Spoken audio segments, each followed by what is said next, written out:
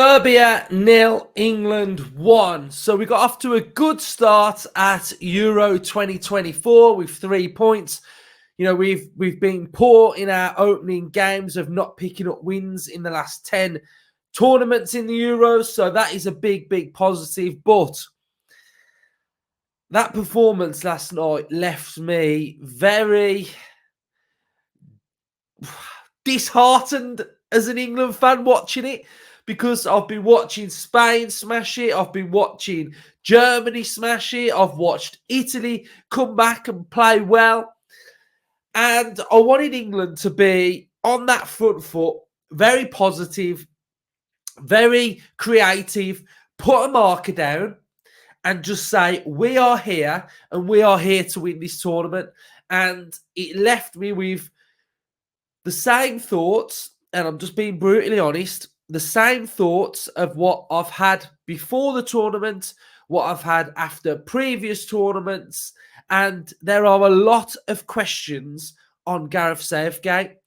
Now, the main point that I want to make, and I just can't get my head around this, is somebody setting up the team outside before the games? And then Gareth Southgate, when he gets into the game, just has no idea tactically how to evolve. Because for the first 20 minutes, we were absolutely brilliant.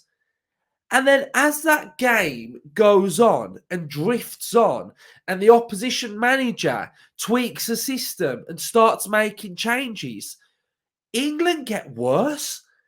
And we look so abject and devoid of any ideas, but we start the game really well.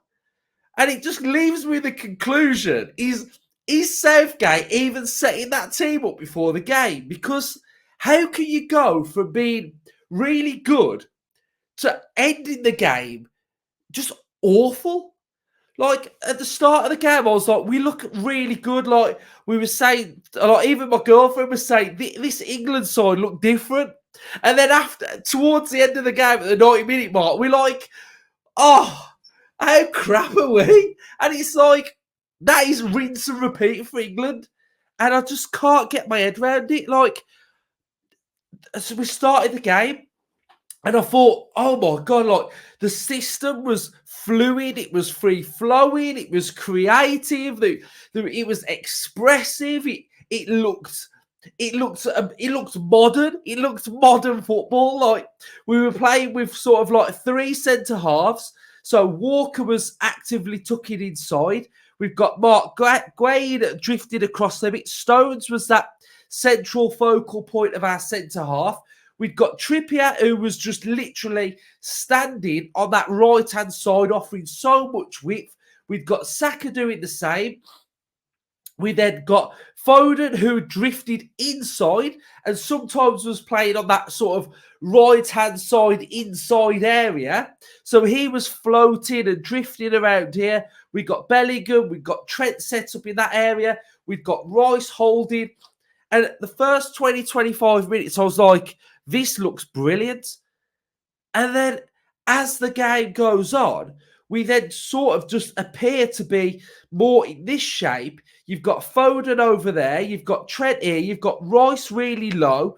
You've got Alexander-Arnold that's in here that doesn't really know what he's meant to be doing. We've got Bellingham, who's literally carrying England, just carrying them because he's having to play here. He's playing here. He's supporting Kane. So Bellingham is just in this area. Foden was really poor because he's just stuck on that left-hand side.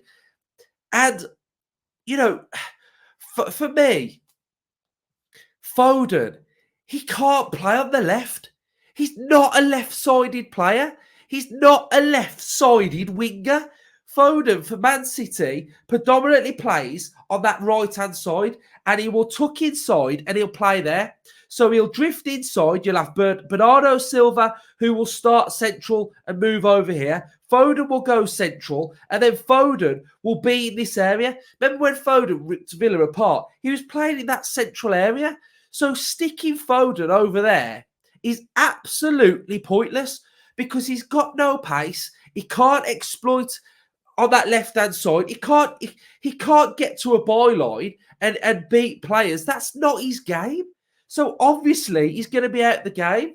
And then when you start thinking about when an opposition gets better and we're pressing from the front, there was even times where Foden was pressing from the front. He'd have a look to see who was behind him pressing, and there was no one there. So the whole system went from being fantastic to absolutely crap. And I just don't understand why. It's so infuriating to watch how we just revert back to this stagnated England style. And how many times now have we gone up in games and we've played well? We go back to the final when we were beating Italy and we'd gone 1-0 up. And then, yeah, we didn't lose the game last night, but the signs were there. Vlahovic with his shot, Mitrovic with his shot. On another day, right? On another day, we draw that game. And any better side, we would have drew that game.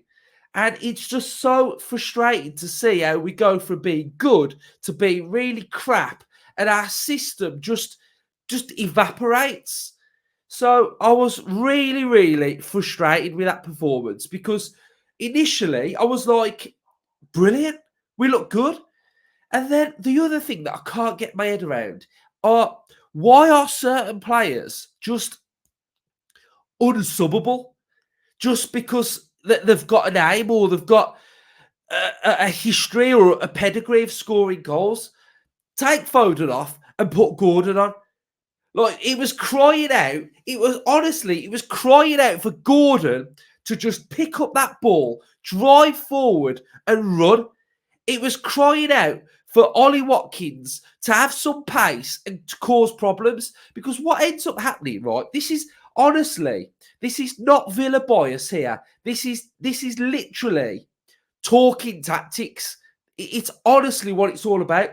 The problem we've got with Harry Kane, and the other thing that we had was in the first half, he only touched the ball 2 times, is Harry Kane was being manhandled by their centre-half. He was absolutely being bullied, Harry Kane was.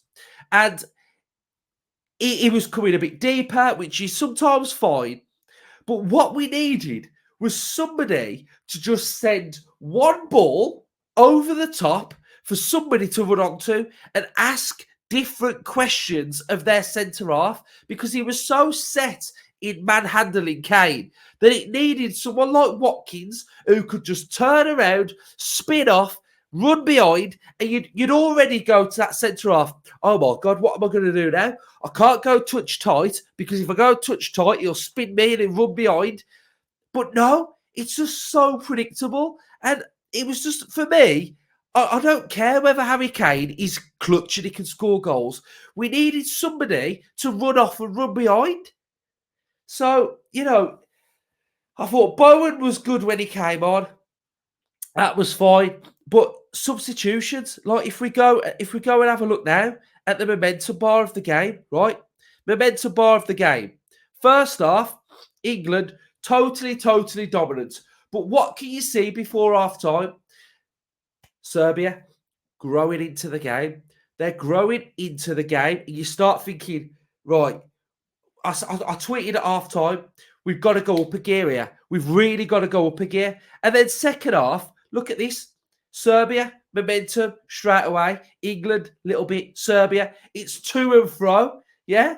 Compared to that first half, where we were absolutely dominant, to the second half, where it's so bitty and scrappy. Substitutions, what time was our first sub?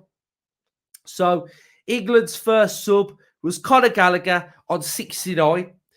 That sub should have happened right there on about the 50th minute. That sub should have came on the 50th minute and changed that momentum for England and put momentum back in England's favour. But it didn't happen. We waited, and you could already see Serbia, sub on 46, 2 subs on 61, a sub on 74, proactive manager, wanting to get back in the game. And what are we doing? No, we'll wait. I trust my players. I trust the tried and trusted. I back them. I back them, and it's not happening. Yeah.